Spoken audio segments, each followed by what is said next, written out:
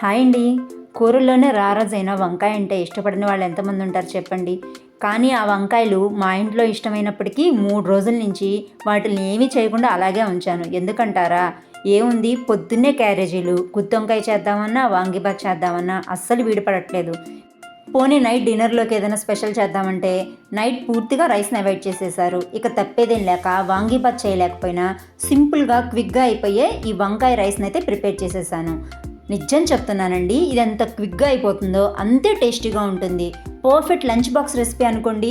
దీనికోసం ముందుగా కడాయిలో ఆయిల్ వేసుకొని కాసిన పల్లీలు, పోపు దినుసులు, జీడిపప్పుల్ని వేయించేసి పక్కన పెట్టుకొని అదే కడాయిలో ఫ్రెష్గా దంచి పెట్టుకున్న అల్లం వెల్లుల్లి ముద్ద వేసేసి పచ్చి వాసన పోయే వరకు ఫ్రై చేసుకున్నాక పొడవుగా కట్ చేసి పెట్టుకున్న ఉల్లిపాయ ముక్కల్ని వేసి కాస్త ఫ్రై అయినాక వంకాయ ముక్కల్ని కూడా వేసేసి ముందుగా ఉప్పు వేసేసుకొని చక్కగా ఫ్రై చేసుకున్నాక రుచికి సరిపడా కారము, చిటికెడంతో పసుపు, 1/2 టేబుల్ స్పూన్ ధనియాల పొడి, 1/4 టేబుల్ స్పూన్ జీలకర్ర పొడి కూడా వేసేసి అవి కూడా చక్కగా మిక్స్ అయిపోయినాక ముందుగా ఉడికించి పెట్టుకున్న రైస్ని కూడా వేసేసి ఒకసారి బాగా మిక్స్ చేసేసుకోండి. ఇది చక్కగా మిక్స్ అయిపోయినాక 1/2 చెక్క నిమ్మరసాన్ని కూడా వేసేసి సన్నగా కట్ చేసి పెట్టుకున్న కొత్తిమీర తరుగు కూడా వేసేసి మరొకసారి మిక్స్ చేసేసుకున్నాక ఫైనల్గా ముందుగా ఫ్రై చేసి పెట్టుకున్న జీడిపప్పు ఇంకా పల్లీలు కూడా వేసేసి మరొకసారి మిక్స్ చేసేసుకొని స్టవ్ ఆఫ్ చేసేసుకుంటే వంకాయ రైస్ తయారైపోతుంది. చాలా క్విక్గా అయిపోయింది కదా రెసిపీ. టేస్ట్ అయితే సూపర్గా ఉంటుంది. రెసిపీ నచ్చిందా? అయితే తప్పకుండా లైక్ చేయండి, షేర్ చేయండి. మరిన్ని రెసిపీస్ కోసం ఛానల్ని సబ్స్క్రైబ్ చేసుకోండి.